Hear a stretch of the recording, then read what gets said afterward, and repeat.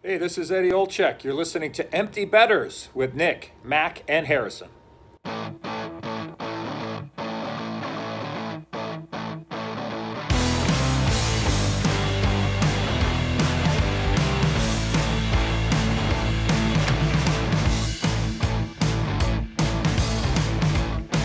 Good morning, everybody, and welcome back to episode 131 of Empty Betters. I'm your host, Harrison Scholes. I'm going to toss it across the screen to my co-host, Nick Manella. What's going on, buddy? Not a whole lot, man. Just enjoying life. We're in the middle of the Stanley Cup Final. It is hard to be upset when that is going on. Amen. It hasn't been that competitive yet, but we're hoping tonight things change a little bit. We're recording this right before Game 3 of Tampa, Colorado. I am now going to toss it across the screen to my other co-host up in Wisco, Mac Vogel. What's going on, my man? Not much. Things are pretty chill around here. Had a little bit of a hectic weekend with some unwanted flying friends in my house. But we'll get to that in a bit. Unless you want me to roll it now. Yeah, I think we all need to hear about this. After you roll it, I do want to talk about the cinematic masterpiece that you posted to social media. Okay, yeah, I can comment on that. I'll do some questions from the filmmaker after that. But yeah, so just to let everyone know, let me put you in my shoes. This past Friday night, you're sitting on the couch, chill night. Everyone. We actually had kind of a fun Thursday night at the beach. Stayed out there till sunset, drinking some beers, playing some bags. So my friends and I Friday night we're kind of just down for a tamer night, playing some video games on the couch. There's about 6 of us. And we had all just finished saying I don't think I'm going to drink too much tonight. Just maybe have a beer or two and play some games, hang out, maybe even go to bed early. Who knows? Next thing you know, we're playing Mario Kart and there's only 4 controllers. There's 6 of us. So me and one of my other friends are not playing. Right. And we're just kind of looking at the screen, looking around the room. And I see something fly by at eye level from one room to the next. And when your brain sees something that doesn't make sense, like a flying thing in your house that's big, it's not an immediate reaction oh my God, that's a bat. No, it's wait, did I just see what I thought I saw? Couldn't be, right? And so I turn and I lock eyes with my other friend who's not playing either. And everyone else just playing Mario Kart, whatever, didn't see shit. I lock eyes with my other friend. We're just looking at each other. We're that was we just immediately know. And so we yelled, we're that was a bat. There's a bat. And everyone's what? So all hell breaks loose. We run in the other room. Sure enough, there is a freaking bat in my house. And he's just on the wall at this point. He's just posted up in the corner of this little glass pane above my bedroom door. And he's just there. He's tiny too, for a bat, at least. He's still pretty freaking big, but he was a baby bat, we think. Anyway, we found out later he got in through this tiny little hole in a screen in a window that we had open. We only had it open for 15 minutes, by the way, but he managed to come in. But bats can make themselves as small as a quarter. So if you have a quarter size hole in a window screen, a bat can get in there, just so you know. A lot of research was done this weekend, I can see. Yes, exactly. Yeah. Anyway, it took not that long, all things considered. I'd say 45 minutes of the 6 of us running around my house. We had blankets. If you saw the video, we all had blankets and we're trying to corral it into different rooms. Cause at that point we just opened all the windows and screens so we could try to force him to fly back out a window. And we kept being there's going to be 2 of them in here in 2 minutes. I can guarantee you, another one's going to come in here.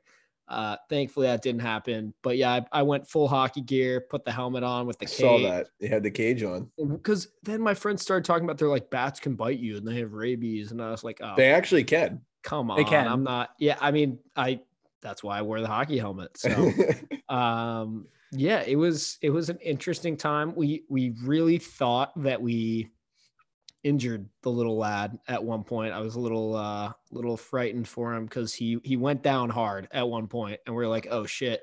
And that's when we put the bucket on top of him.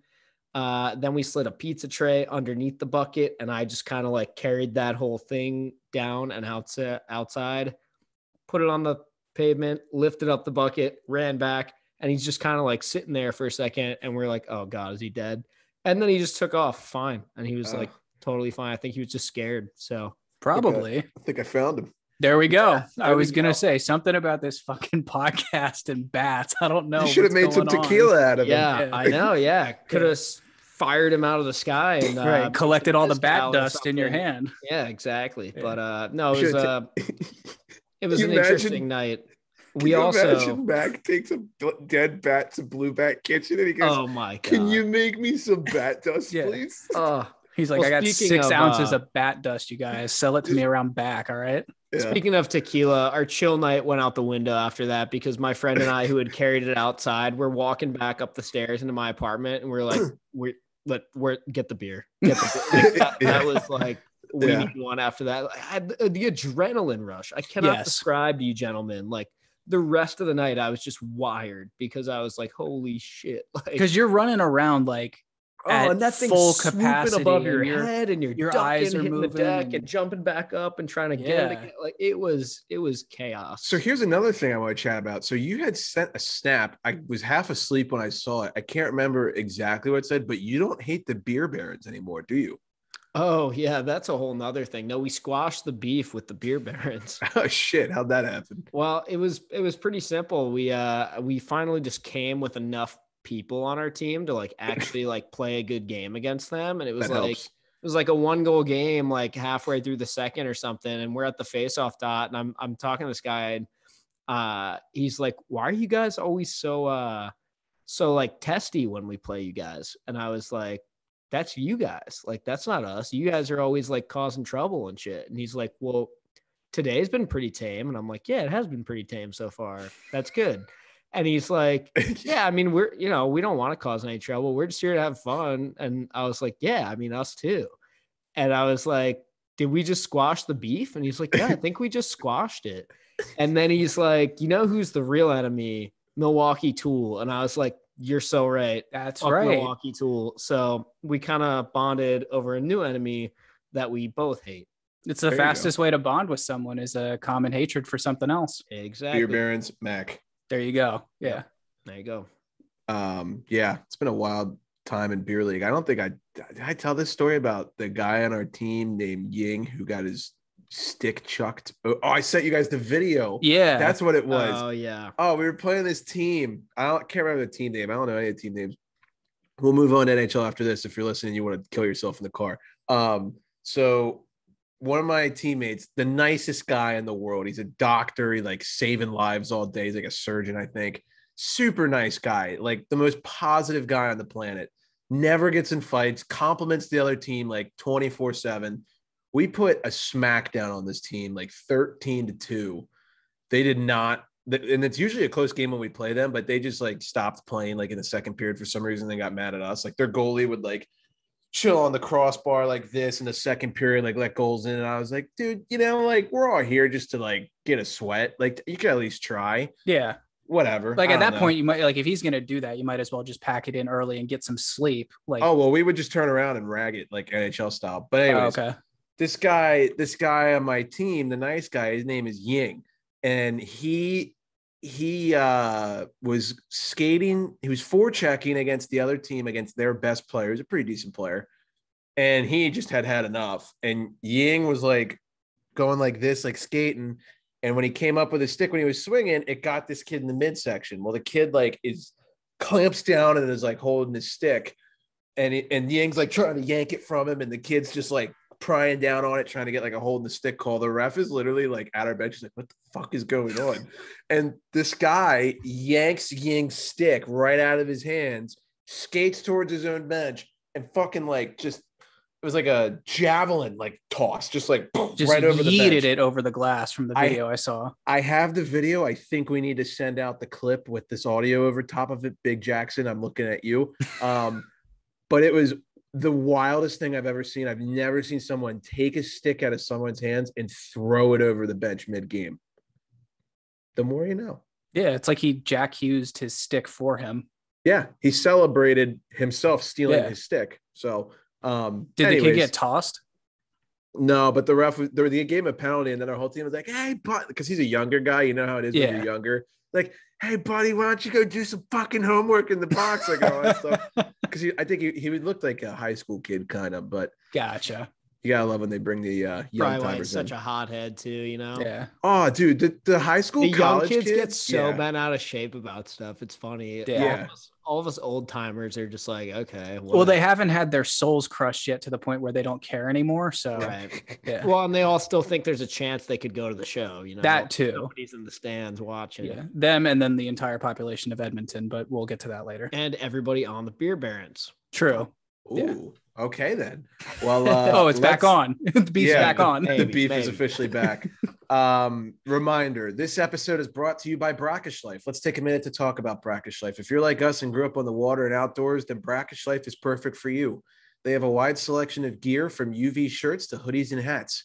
It's Real Bay apparel made by Real Bay people. Head to www.brackish.life today to check them out. A little salty, a little fresh. Brackish Life. All righty, fellas. Let's get into the Stanley Cup Final recap. So right now, as we're recording this, Game 3 starts in about 10 minutes here. As it currently stands, Colorado is up 2-0 in the series. In case you are a live series betting degenerate, I guess is the way to word it, Tampa is currently plus 450 to win the series down 2-0. Reminder, they just did that to the Rangers last series, and Colorado is minus 600 to close it out while they're up 2 games. There's I'm not going to lie. Right bet. Well, yeah. What? Go ahead. There's a right bet and a wrong bet. Yeah. Yes. Yeah. What I was going to say is I'm not going to lie. I think that I actually expected Tampa's odds at this point to be a little higher than that, given how high they were to start, right? Like, because I think they were like before the series started, they were like plus 150 or something. Yeah. And I was saying last episode, like that's kind of disrespectful for the 2-time defending Cup champs. And now that they're down 2-0, I'm almost surprised it's not like plus 600 or something like that. But Seriously. plus 450, still decent. Yeah, a little bit. I think the fact that they just did it last series maybe factors in a little bit, and the fact that they got absolutely spanked in Game 2. We'll get into that in a second. But Nick, I will let you tell the story of Game 1. Yeah, great game. Game 1. One of the better opening games to a cup final I think I've seen in the last 10 years at least. The Avs get this one done 4-3 in overtime. Berkey, a minute 23 into overtime. They opened the cup final with a 4-3 victory over the 2-time defending champion Bolts. That game probably should not have gone to overtime. Colorado's penalty kill came up huge just in the second half of that game. I know they got 3 in the first period, and then Tampa got 1 in the second, but that penalty kill went 3 for 3 down the stretch in the third. Makar and Kemper making huge plays, whether it was a clear out of the zone or just a massive save by Kemper in general. I thought that the Avs were just fantastic to rebound from essentially letting Tampa tie this game within a minute. Yeah, very resilient effort. I think a lot of people thought Tampa had the momentum going into OT, 2-time defending champs. You think they're kind of poised to do something, but Burakovsky with a huge OT winner, a great play. Can't remember who fed him, but that pass was nasty. It was. Moving on. Oh, go ahead, Mac. I was just going to say he's been on fire. And I said a couple episodes ago that we hadn't seen enough of him and that we would eventually. And here we go. Yeah, and unfortunately, we'll get to this in a bit, but I don't believe he traveled with the team to Tampa. So best wishes to him, and hopefully he's back in the lineup here soon. Someone else making an impact, Lehkonen on the Avs, Nichushkin on the Avs. Man, oh man, are these guys looking like massive pickups for this team right now. Max said something in our group chat the other day, and I don't think he's like crazy. It's not going to happen, but like with the way that Nichushkin has been playing, he's putting his like name in the hat for Conn Smythe, or at least he's starting to get some respect in there. Maybe like the 4th or 5th guy on the Avs. Totally. It's not going to happen. Like you said, I mean, this man would literally have to have like a hat trick like every game. And even then they still might give it to like Makar or Kemper or something like that. But what he's doing is, it's very impressive. And that's what you need in the cup final. You need secondary scoring. And he's helping, although I think he's been playing a lot of minutes with some of the top guys on that team too. So if tonight goes to overtime, or if any other game throughout this series goes to overtime, you have to put like $5 on one of those guys to get the winner. Yeah, with how hot they've been playing, it's definitely looking likely. But moving back to Tampa, I mean, some of their additions too. You got Nick Paul, who had a nice goal in the, I think, second period there for Tampa. So he's looked really good this playoffs and even in the Stanley Cup Finals. And then, like Nick said earlier, the Lightning, they diminished that 3-1 lead that the Avs had within basically a minute and turned the tides and send the game to overtime. So it was a good effort in game one, but game two is a little bit of a different story. Once again, though, Andre Palat with one of those goals to help tie that game.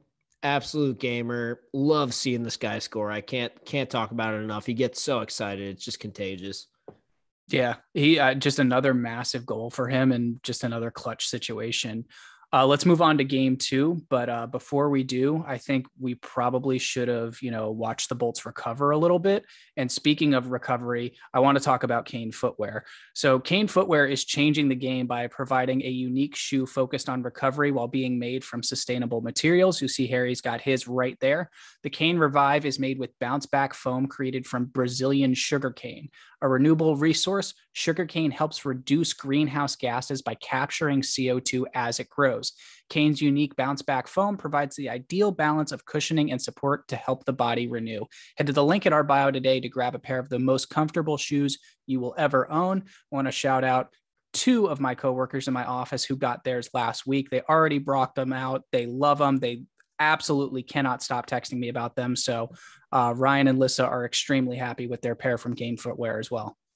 Got my dad a pair for Father's Day. Best gift he's ever gotten. Feet feel fantastic. If you got foot problems, this will solve your foot problems. Or knee problems. They have been doing wonders for these knees. Oh my God. That's amazing. They actually work now. Let's go on to game two. The Avs win this one 7-0. I was not sitting down on my couch watching this game. I was actually out celebrating with Kelly Shea and her family for her graduation celebration from for getting her doctorate. So every time I went up to the bar, wherever we were at, it was like Colorado scored 2 more times. Yeah, it's Mac. What's the name of that place that we went to in Elwoods? Yeah, I was gonna say, oh my God. Dangerous night to be in Elwoods. Yeah. Extremely dangerous night to be an Avs fan at Elwoods. That could have proved lethal. Oh my God. I mean, this one was just nuts. Avs coach Jared Bednar essentially said it's as close to a perfect game as you can get from your players. The Avs are now up 2-0, obviously. Nichushkin gets his 7th and 8th goals of the playoffs, continued to be the best player on the ice in the final so far. Game 1 overtime hero Burakovsky beats Vasi again and had an unbelievable just UFO saucer pass to Nichushkin for that power play goal. It's a fantastic clip if you guys haven't seen it. I guarantee you this is going to be well used in hockey clinics all summer. You see the entire group of players, Tampa and Colorado, are all going the opposite way, and Nichushkin just makes a beeline to the net. Beautiful pass right on the tape by Burakovsky, right in the back of the net. Just absolutely perfect. Well said. Oh, no, you go, Mac. I'm sorry. That's all. I was just saying, well said, well put. So the Avalanche are doing this without Nazem Kadri and Sam Girard. It just makes you think, like, what's going to happen if Kadri actually does come back? Obviously, Girard's going to be out for the playoffs. Let's do a little stat time with Harry before we enter game 3 here. So I think it's worth noting the Avalanche are now 14-2 in the playoffs. They have lost 2 games in 2 months, basically. I don't even know how long the playoffs have been going on at this point. They are now just the 5th team in NHL history to start a postseason 14-2. The 2012 Kings did it. The 1988 Oilers did it. The 1987 Oilers did it. And the 1981 Islanders did it. All 4 of those teams that I just listed won the Stanley Cup. I think it is also worth noting we got game 3 tonight. I've got a decent sized wager on Tampa Bay. I think the whole world's kind of betting Tampa Bay, expecting them to bounce back. It's about even money. It's a pick 'em basically for game 3. Colorado has not lost on the road yet this postseason. So I'm a little shook. We'll see how this ages. Could age horribly. It probably will. Here's the thing. The Avs could have easily lost that first game. And yes, game 2 was 7-0. That's still just one win. You're right. It is. And if there's one team that I trust not to panic, it would probably be Tampa. Here's what I think the X factor is John Cooper. I mean, this guy is such a world-class coach that I find it really hard to believe that he doesn't make the proper adjustments, whatever those might be, and find a way to come out on top game 3. He's best in the world at motivating his group of players and finding a way when it seems impossible to pick the other team apart and expose some weaknesses. So I'm really looking forward to seeing this game 3 and seeing kind of how the Lightning will respond. Yeah, I mean, it's tough getting beat 7-0, whether it's regular season, preseason, playoffs, whatever, but you got to expect a big response for sure. Sometimes you just get speed bagged. It happens. Yeah, and I mean, I think if the game had been close in game 2 and they lost, maybe I'd lay off of putting this much juice on Tampa for game 3, but they got straight up embarrassed. So I'm expecting a big bounce back effort, especially Vasilevsky. I've never seen Vasilevsky so just like down. And they left him in, right? Yeah. He looked helpless out there. Yeah. And granted, it wasn't all his fault, but yeah, that was. There's been some squeakers though. Let's be real. Yeah. Oh yeah. Yeah, absolutely. Game 3 predictions. What do you got? Give me a score. Give me a winner. Oh, old school. Who's on the back? Oh, my girl, Manon Rayam. There you go. Showing some Tendy love again. What's the score? I was going to say 3-1, but I don't see Colorado just putting up 1. I'm thinking like 4-3 Tampa gets it done late, or like 4-2. Okay. I think, and I wish I was wearing my Margarita Mac shirt and sipping on a margarita right now, but I think that I smell overtime. Ooh. And I think it'll be 4-3 Tampa Bay in OT. Nice. Just like game 1, but reverse, and Tampa finds a way to win, and it's a crazy win, and Colorado comes that close to taking the 3-0 lead, but not quite. I got a 4-2 Tampa win. 4th goal's an empty netter. We'll see. That'll do it for the Stanley Cup Final updates. Hopefully not the last episode we have where we're talking hockey live, but we'll see. Hopefully there's no sweep. Before we move on to the news, we forgot to mention at the start of the episode, in typical fashion, that we have an interview guest. We were lucky enough to be joined by Villanova goaltender Aidan Collins. We just wrapped up our interview with him a couple minutes ago. So it was great chatting with him, talking about Villanova, ACHA, his role with the Hockey House podcast for all you college hockey listeners out there. So we're going to have that interview coming up here. But before we do, I think Mac has a word from our sponsor, Sharp Break. Sure do. One other note about Aidan, and yeah, thanks again to him for being on Baltimore Boys. So all you local listeners out there, he went to Gilman, and he'll talk a little bit more about that and B Conference MIAA action too. So lots to love about this interview. But yes, before we get to it, just wanted to remind you that this season, all of our picks are powered by Sharp Rank. Sharp Rank created the first ever cross sports rating system, ranking bettors from any sport on one leaderboard that anyone can dominate, even you. Sharp Rank is backed by some of the biggest names in the sports gambling world, such as BetMGM, Betway, and Sports Illustrated. Download the free app for iPhone and Android today. And we are now pleased to be joined by Villanova goaltender Aidan Collins. Aidan, thanks for joining the Empty Bettors podcast. How you doing? I'm good. Thank you for having me. Yeah, no problem. Is this like officially a goalie podcast now? Yeah, I was going to say, I think we've had like 6 or 7 of them. Yeah. And the funniest part is not one of us played goalie at all. No. We've had even more than that if you count like Joe Beninati and like some of those guys. True. I'm glad I can be in the same spotlight as those guys. I'm on the same level of Zach Bucali, I guess. Yeah. Great follow-up episode. 2 great goaltenders mentioned in the same breath. You got to love it. Yeah. But Aidan, thanks for coming on once again. Just want to get to know you a little bit. So why don't you tell us about where you're from and how you got into hockey in the first place? So I'm from the Baltimore area. grew up around here, was pretty much a lacrosse guy my entire life.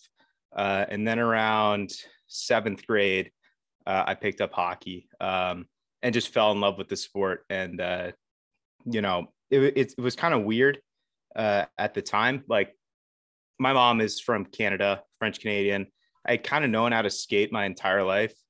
But immediately I wanted to dive into playing goalie. There was just something about the position that like I loved so much. I think it was just the gear. I was really attracted to it. Like a lot of goalies, I thought it was so cool. But yeah, I begged my parents. So, a lot. And they're like, well, you're already playing lacrosse. You're already playing golf. You're playing so many sports. Like you got to choose. I'm like, well, I want to play hockey. So we went to the Play It Again Sports in Bel Air because that was the only one that had goalie gear, and that was it. I just fell in love and became a rink rat and just kept on working my ass off, I guess. That is such a Baltimore story of a way to fall into a little Play It Again Sports action. Never hurts anybody. Absolutely.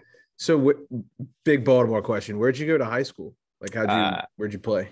I played at Gilman. I was there K through 12. I live in the city. So Gilman is like 5 minutes down the road for me. So definitely loved playing there. Not exactly a hockey school. I get you. Follow-up question, since you said you went to Gilman, and I think I know the answer since you did just tell us you were a lacrosse boy, but did you ever play any RPBL, little Roland Park baseball action? I was an RPBL guy too. I had a hunch. Yeah, I played. Yeah. We've crossed paths at some. I played there when I was younger too. It's a small world. Yeah. Could probably list 1,000 guys asking if you know them from Gilman, but I'll save you the waste of breath for that. So you start playing at Gilman.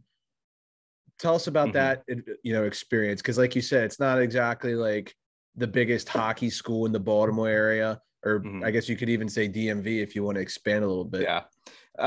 So playing at Gilman was interesting. Our coach, I don't think I'd be playing, ACHA D1 without him. Was it Collins or? Yeah, Zach Collins. Okay. The man.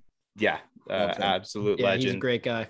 I'm sad to hear he and Coach BV retired this year, but he kind of just pushed me as hard as I can to be the best that I can.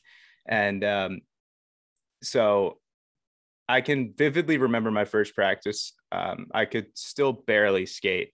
And we started playing in the fall. That's typically how it worked. We had fall hockey and then the hockey season. Which, we did with fall hockey, we did some lifting, some working out, but mainly it was just playing volleyball and having a good time. But starting in October, we would go skate. And I just remember there were a couple of guys who played AAA. I had never played that high. I pretty much at that point was only playing single A. And I just get diced. I'm like so pissed at myself. And he just comes up to me and he's like, use this as fire. You'll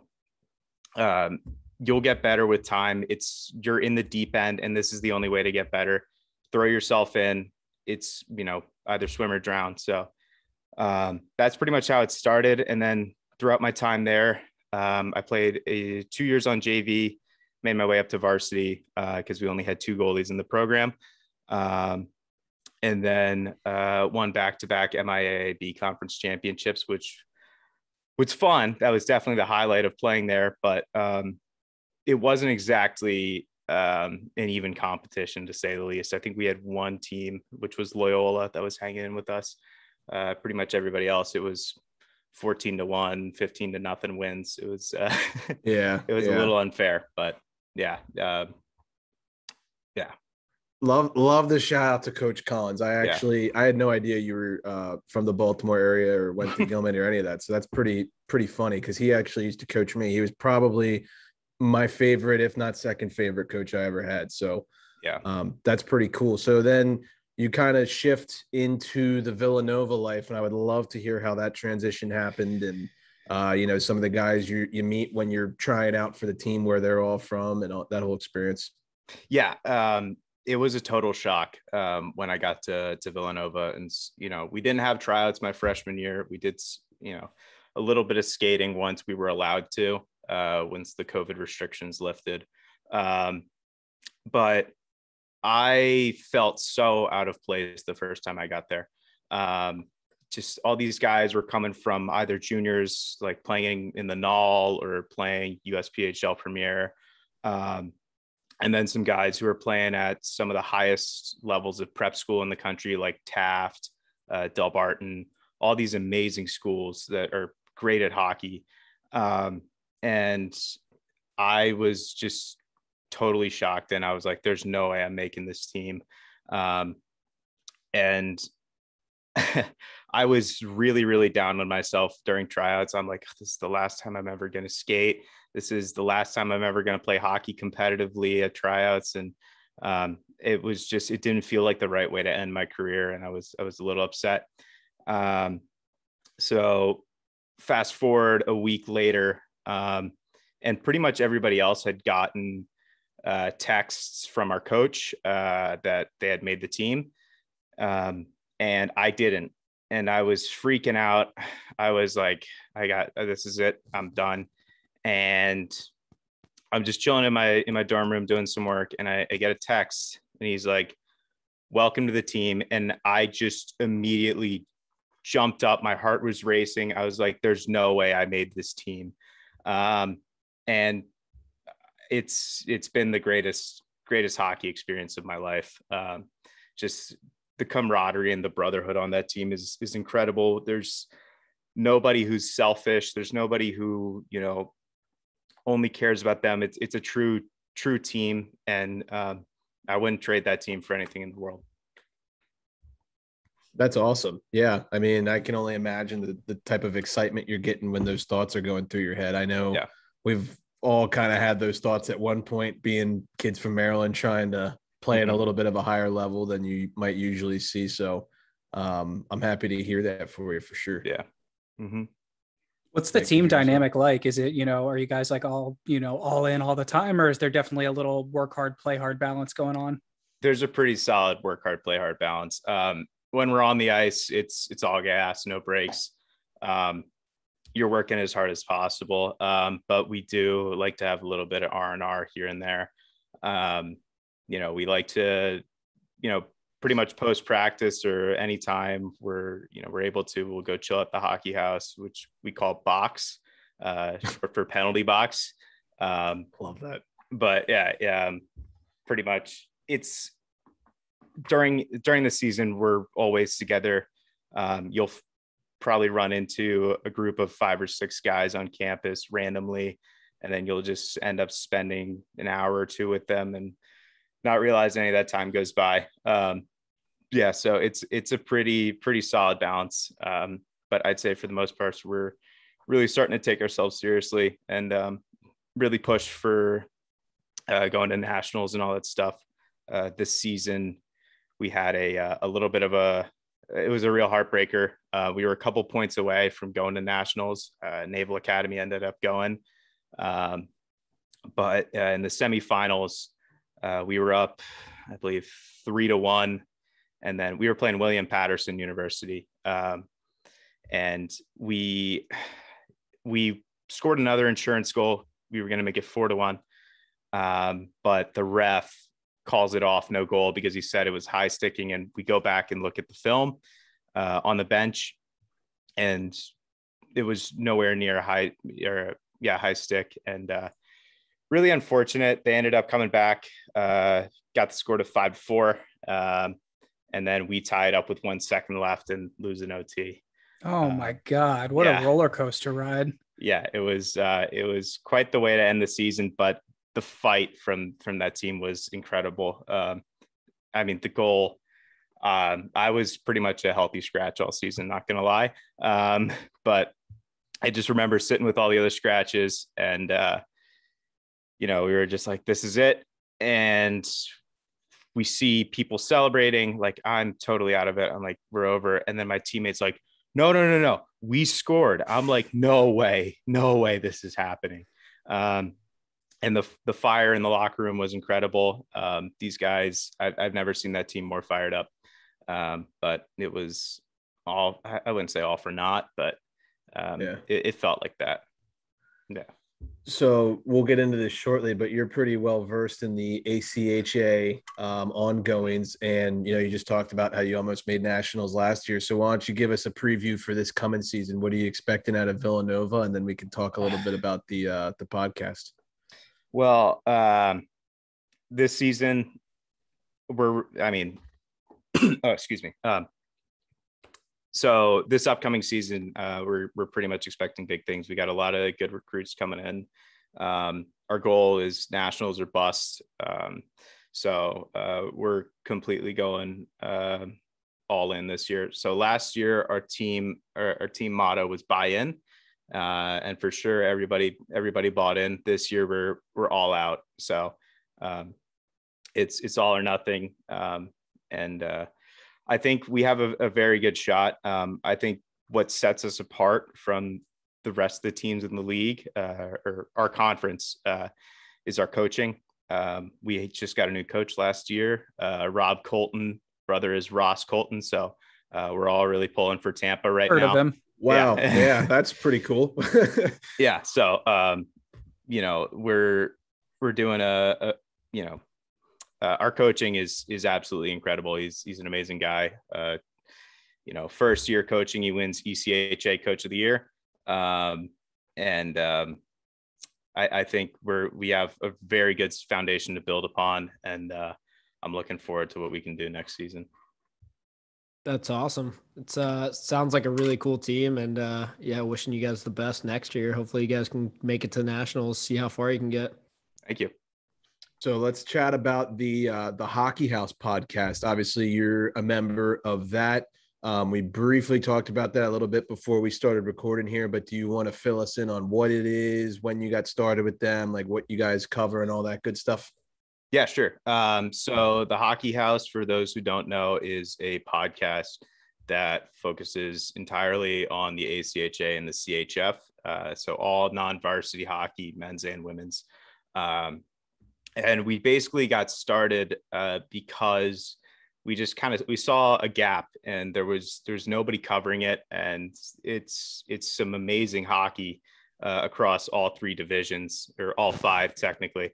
Some of the best teams in women's D1, like Liberty University, they could easily be playing NCAA D1, and also some of these new these men's D1 teams like Lindenwood, who just made the jump, Minot State, Liberty, and who's the other one I'm blanking on? UNLV, who's going to be playing Denver in the fall, which is going to be quite the game. So we're really pulling for UNLV, no doubt. But about my story with the pod, I just joined fairly recently. I was doing some stuff in the spring with the pod. I was covering the CHF Nationals. I was doing a little bit of sideline reporting there. I got a text from Murph. I texted him first. I said, hey, I loved joining you guys in the pod. Can I go full time with you guys? And he said, hell yeah. So you don't catch me on the pod too much. I'm doing a lot of the behind the scenes work, graphic design, social media stuff. So we're really starting to get into the full swing of things now.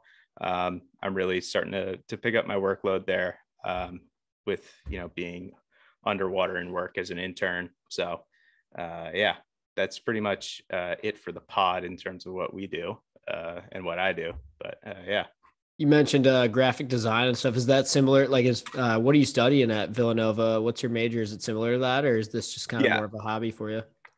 So I'm studying advertising. There's just something about it that kind of, I don't know what it is that I really like about it. Might be watching Mad Men. I don't know. But it was just something that I really enjoyed. And then in the spring of last year, I picked up graphic design, as I was just bored in my dorm room because COVID restrictions were really strict. But it was just kind of something that I used to fill time. And eventually I just started really, really building on it. And so on top of playing and practicing, I started running the Villanova social pages for the hockey team and doing all the graphic design with that. And then I started doing some freelance work, and right now we're full swing in an internship where I'm doing advertising and graphic design, running their socials. So good time. Highly recommend it. If there's any kids who are, listening to this, I doubt it. But yeah. Yeah, absolutely. What was the COVID situation like for you guys, like being stuck in the dorms like that? Like you heard a lot of schools talk about, there was literally no one walking across campus. Some schools polar opposite. I mean, how bad was it for you guys? It was pretty bad at first. We were basically completely locked down, masks everywhere except for your dorm room. You couldn't have more than double the occupancy of your room. So it was just me and my roommate. You couldn't have more than 4 people, and everybody had to be wearing masks and social distanced. And it just completely like stifled all social life on campus and made things pretty boring. RAs were absolute hawks, and it's not like they had a choice. It was through the school, so I don't blame them. But yeah, it was pretty bad. And then things started lifting around midway through the spring. Masks were no longer required outside, and all of a sudden everybody just started going outside and hanging out. So the campus really came to life. But for that period from August to August to March, it was pretty dead. So would they just like go door to door and like check to see if there was like a certain number of people in these rooms and if they were wearing masks or not? Or so damn. Yeah, if they heard that there was potentially more than 2 people in a room, if they heard 3 voices, they were knocking on your door. Damn. It was pretty bad. But I was lucky. I had a pretty chill RA. I was surprised at first that he was actually really chill, because he was ROTC. And I was like, oh God, this guy's going to be a total hardo. Yeah. But no, he was a good guy. He understood that we all just wanted to have fun and relax and enjoy college. And so I got lucky there. I guess some people weren't so fortunate. Post-COVID, have you gotten a chance to follow Villanova basketball at all, or some of the other fun stuff going on at that school? Yeah, basketball is it's a lot of fun to go watch. I haven't been to a ton of games because a lot of our practices align with those Tuesday night slots that Villanova plays sometimes. And then Saturday, Sunday, we're also either traveling or we have a game. So we can't really go to a ton of games, but I did get to go to 1 or 2, I forget, whatever. But I got to go to 1 at Wells Fargo Center. Awesome tailgate beforehand. Pretty much the entire team was there, so it was a total blast. We were all wearing our jerseys. That's super dope. I ask mostly because I was a Marquette guy, so Big East. One of my fondest college memories actually was freshman year, being out the game where Marquette took down Villanova and the whole place stormed the court. It was crazy. Yeah. No, those are the moments that people live for on campus. But I think we're kind of a sneaky hockey school, so I think people are really starting to find this little hidden gem on campus. It makes sense with the market that school is in, and just being in sort of the Northeast region, you would think it would just be sort of like a natural hockey school. And hopefully it just continues to grow and see you guys in the Frozen Four at some point. Yeah, I hope so. I mean, if we get to that level, none of these guys are going to be playing on the team as much as I love them, but everybody would get cut. Well, we don't want that, but but yeah, it's totally a hockey town. We go to play Drexel every year. They used to be in our conference and they switched, but we still play them, and they play in the class of 1923 arena at Penn. And it is absolutely bonkers. It sits probably 8,000 people. It's absolutely massive, but nobody's going to these games. It's this gorgeous old barn. Bents opposite each other. They're pretty short, but no glass behind the penalty box. It's an amazing rink, and it's totally my favorite rink to play in. Locker room situation, not so good. But it's wooden benches. Yeah. That whole thing. Yeah. But it's awesome. And I think you could totally get a couple D1 teams in Philly. And I think people would be all for it. And that's a great point. There's so many of these like college hockey, old timey venues. Like you look at like the Yale Whale and some other ones like that. It's like, it would be great if like college hockey could do some sort of, I don't know, Winter Classic type big hyped up game like that on like New Year's Day or something where they could nationally televise it. Cause I think that would be great for college hockey in the States and, just in general.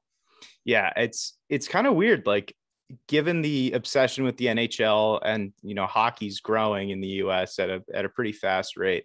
I'm surprised more people don't pay attention to, to college hockey, to the NCAA or the ACHA, because for a lot of people, especially in the Maryland region, like I didn't grow up watching like, Denver or Michigan or any of those teams. I grew up watching Towson and the Naval Academy and, hearing about Liberty, how good of a program that was. But, nobody's really watching it or following it at all. I think I saw the like the viewership numbers for the Frozen Four. It was like absolutely ridiculous compared to the lacrosse ratings or the basketball ratings, which makes sense. But I think there's a lot of potential, especially if you start getting more teams down up and down the Northeast, because pretty much it's just Boston and that's about it. And Minnesota. And Minnesota, yeah. So being a goalie from the DMV area, was Holtby kind of your idol growing up, or was there a different goalie that you wanted to always like model your game after? Yeah, I was a massive Holtby fan, but I wouldn't say I modeled my game after him. I'm a diehard Caps fan, but I have a little bit of a soft spot for the Canadians with my family being from there. So I grew up kind of just idolizing Carey Price, like a lot of goalies do. Every goalie coach will tell you, watch Carey Price's film, watch his practice film. And I did that, and I started to model myself after him. I, have a fairly similar stance. But yeah, I just kind of completely fell in love with the way he played. He's always in position perfectly. He's extremely patient, great on his feet. So I just kind of fell in love with him. And then as more goalies started coming into leagues, like Shesterkin, absolutely. He's one of my favorite goalies right now to watch. The guy is like a hovercraft on ice. He just skates so well. His just overall poise is great. So I try to model my skating after him, but it's hard to replicate. Working on it. And then like personality wise, try to be like Jack Campbell. He's just such a good dude. So I'm not really an angry person, but I just try to be the best person I can on the ice as well. Ultimate teammate like that. There you go. One of the last questions I want to ask is, so in your career so far, is there a name that you've played with or played against that stands out as like, holy shit, like I was on the rink against that guy, or I saw that guy play against my team? There's not a ton. There's a couple, like skated with a few NHLers growing up, going to the Bob Hartley's camp up in York. Skating with Johnny Gaudreau, Sean Monahan, and Paul Byron. That was pretty fun. Didn't really like legit skate with them. They just kind of came up and shot on us. Scored on us. Scored on us. But I do remember another Maryland guy. I don't know if you guys have had him on the pod or not, but you totally should. Skated with Adam Varga once. I don't know if you guys know him.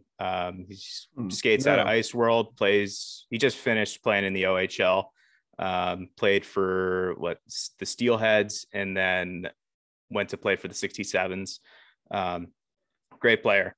And then on my Villanova team, my best friend, Ajay Fernandez, that guy is all world. Yeah. But anyways, yeah, he's just such a good guy and amazing goalie. That guy, Adam Varga, is that what you said? Yeah. The first guy. Where did he, do you know where he played? Like club, high school, any of that? I don't know. I'm not sure where he played, but I know he's from like, it's like that Bel Air, up by Ice World. Yeah, that Harford that County kind of thing. Yeah. Oh, that's interesting. No, I haven't heard that name, but that's one that we'll have to dig a little deeper on there. Yeah, I skated with him once. Don't really know him all that well, but God, he's a good player. Yeah. So we're recording this right before Game 3. Tampa, Colorado is about to start. You're a big goalie guy. You think Vasi bounces back and gets it done? I would like to say so. He has more playoff experience than a lot of people ever. He's such an amazing goalie. He's extremely athletic, extremely dynamic. And I think he can definitely bounce back. He's shown a lot of that resolve before, especially last season. I know Montreal didn't really put too much of a fight up, but still, I think he's got it. It's just going to come down to whether Tampa, the rest of the team, shows up, because Vasi, I feel like, is pretty much there every game. And if you looked at Game 2, it was just a lot of, defensive implosions, bad pinches, just a lot of stuff that was stupid hockey. Not going to lie. And Colorado took complete advantage of that. So I would love to see Tampa win tonight. I have Tampa in 6, but I don't know. Colorado's looking pretty good. Yeah, that's putting it mildly there. Yeah. I also took Tampa in 6, so I'm right there with you. Yeah. Well, that's all the questions I got. Do you fellas have anything else that you want to ask before we wrap up here? No, I think I'm all good. Mac, you got anything? I'm all good. It was a pleasure chatting with you, dude. Thanks for coming on. Yeah, thank you for having me. Pleasure talking with you guys. Yeah, we'll definitely have to try and make it up for a game this season, and potentially that would be cool. I'd like to get a formal invite to the box at some point. Well, formal. We don't do, yeah, we got a game against Towson, or a couple games against Towson. If we're going to be at Ice World playing there. 100%. Yeah, absolutely. Or Naval Academy is a lot better. That game is way closer. But yeah. I love that rink too. Yeah, it's a great good one. All right, man. Well, good luck this season. We'll keep in touch, and good luck with the pod going forward too. Thank you so much. And now let's get to a few pieces of information. This is kind of like a grab bag here of just random stuff that's been going on in the NHL. I think we talked a little bit about the first one last week maybe, but yeah, Bruce Cassidy got fired by the Bruins, which was a big shocker. We talked about that. And they told him he was going to stay, and then they can him. Yeah, kind of crazy. But since we mentioned that last episode, he has since been hired. I think he was jobless for all of like 4 days or something like that. But yeah, Vegas bound for Bruce Cassidy. What do y'all think about that one? I don't know. I don't know what I think about this. Part of me really doesn't like it, and then part of me just wants the circus there to continue. So yeah. It's a weird move. I don't know why any coach would want to go to Vegas, to be honest with you. Seriously. It seems to be like a revolving door. Got Pete DeBoer probably writing Glassdoor reviews just of like the hellhole that it sounds like it is for a front office coaching staff guy. However, he is a good coach. There's no denying that. And Vegas on paper is a good team. I think goaltending is probably their biggest question mark. I guess I like it for Vegas, not so much for Cassidy. Yeah, for sure. This next one, even bigger, way more fun to talk about. Mr. John Tortorella, hired by the Philadelphia Flyers. Real quick, before I get your thoughts on this, does anyone else think it's kind of funny that there's 2 coaches in the NHL, like 2 major coaches? One of them is Torts and the other is Trotz. It's like one letter off. Yeah. I mean, Z, obviously, but yeah, still. Trotz hasn't gone anywhere yet, right? He is not. Yet. Okay. Although it's funny, I heard some like rumors about how he might want to get into GM stuff eventually, which shocks me. Like I thought that he wanted to like retire and like go be a family man or something, but I guess he can't stay away. I feel like he would low-key be really good at that too. He probably would. I heard him and Poyle in Nashville are still like really tight, and that I'm sure Barry could do like a hockey ops job and just run hockey ops and go back home to where he grew his family up. That could be good for the guy. Anyway, let's talk about Mr. John Tortorella, Philadelphia Flyers. Your thoughts, please. If there was a coach's personality that matched a city, this is the best match made in the league, I would say. If there was a coach's personality that matched a false personality that was developed by your hockey team in the 70s that you've clung to desperately for the last 40, 50 years, it would be this. And a fake movie character. I feel like his I feel like his personality fits better with when he was with the Rangers. Like he's such like a hard ass New Yorker, like no nonsense. Yeah. I mean, yeah, it definitely the scrappy energy of Philly fans definitely definitely matches what Torts has going on. I mean, he's a no nonsense guy most of all. So some interesting responses online. Was it Dubinsky that said, "Oh God," or he tweeted like "Pray for the Flyers fans" or something, or Flyers players or something like that? Well, and then God, what's his name? Cam Atkinson, who I think famously like didn't get along well with him in Columbus, tweeted like "great hire" or something like that. And everyone was like, "Are you being like forced to say this? Like, what? Like, is he like?" Dubinsky did the same thing. Tortorella's like in your like bedroom with like twice a knife behind your back, and he's like, "Say it, say it now." Yeah. This is how I'll sum up this hiring, and I hope this makes sense. Torts was made for the Flyers, but the Flyers were not made for Torts. That's a great way to put it. I don't see this being a long-term thing. I kind of don't see Torts being a long-term thing here for the NHL. I think what we kind of need is Torts to transition into sort of a Don Cherry-esque type role where he's on like a pregame show, not right before the game, but maybe like the one before the game, where someone just tees him up to be the cranky old man. And then we can sit there and just enjoy the nonsense. So I don't know if that would be like, I don't know who that would be, but I think that would be great. Yeah. Yeah. Oh, yes, I agree. You know what this tells me? I feel like Philly's going to be like CBJ 2.0. Like they're just going to be that pesky +1.5 team that just is like everybody's favorite to be like, oh, well, they could upset this team. Yeah. Because they're just going to play their absolute balls off, kill penalties, block shots. Yeah, I think that's what Philly's going to turn into. I agree. This year, maybe not this year, but definitely like within the next 2 years. Yeah, I don't like it. Couple more to get through here. We got Pete DeBoer hired by the Stars. I like this move. I think that could be a good one. Boring coach to a boring team. Wow. Hopefully he gets along with his goaltenders in Dallas better than he did in Vegas. The on ice product is boring. Behind the glass is fun. Behind the glass is pretty good. Yeah. Anyway, Panthers are actively seeking head coaching candidates. Unclear, right? If Burnett's going to be back or not, or have they officially said he's not? I don't know. They haven't really like said anything, which is just weird. I feel like the way that this season turned out, my gut would say no, but I don't really think he necessarily did anything wrong. Apparently was just the locker room loved him. Apparently, which I believe team was huge. Yeah. Burnett I don't get why they're doing this.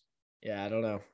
I think they looked at the playoffs and said like, oh God, oh no. Well, it's like, okay, like you guys need a little bit more time. It's not, Claude Giroux and Joe Thornton are not a magic bullet here. Ted Leonsis is sitting on the couch watching this and he's like, ha ha ha. I remember when I lost my first President's Trophy season in the second round or whatever. Oh my God. Oh, not to throw salt in the wound here, but I saw a tweet. I can't remember who it was. I think it was a Caps meme page.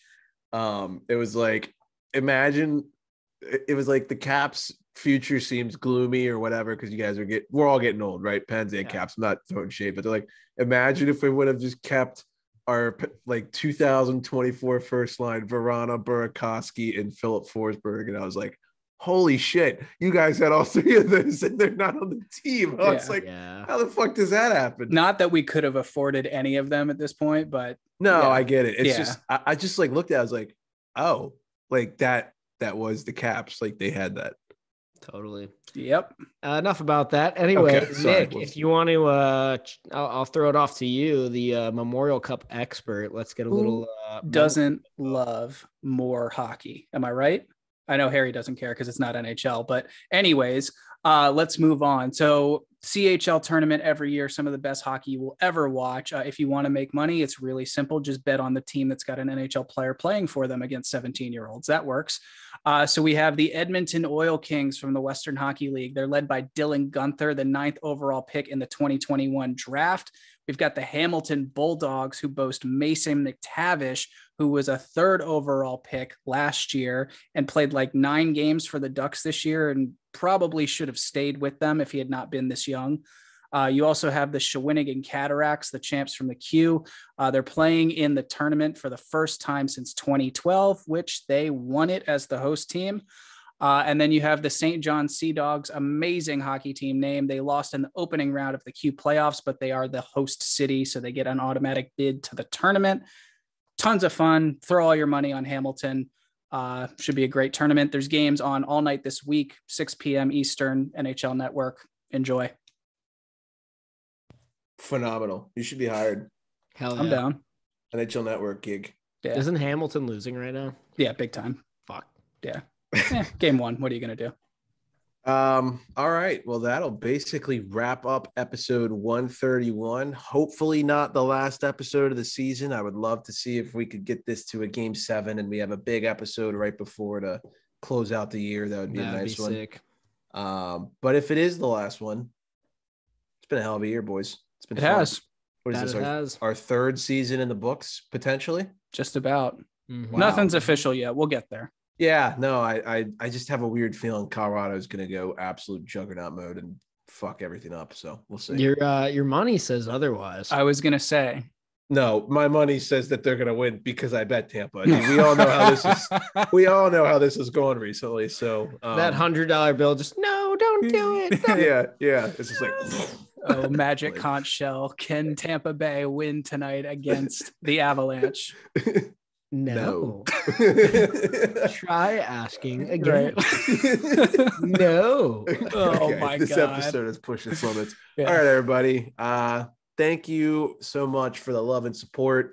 Go check out Brackish Life, Kane Footwear, Sharp Rank. Thank you for sponsoring this episode. All 3 of you guys are awesome. Go check out our website to look at our merch, www.emptybetters.com. Click on shop. If you're an Avs or a Lightning fan, you can get some gear there specifically for your team while supplies last, aka until the series is over. While games last. While games last, yeah, it's probably a better way to put it. And without further ado, Class dismissed.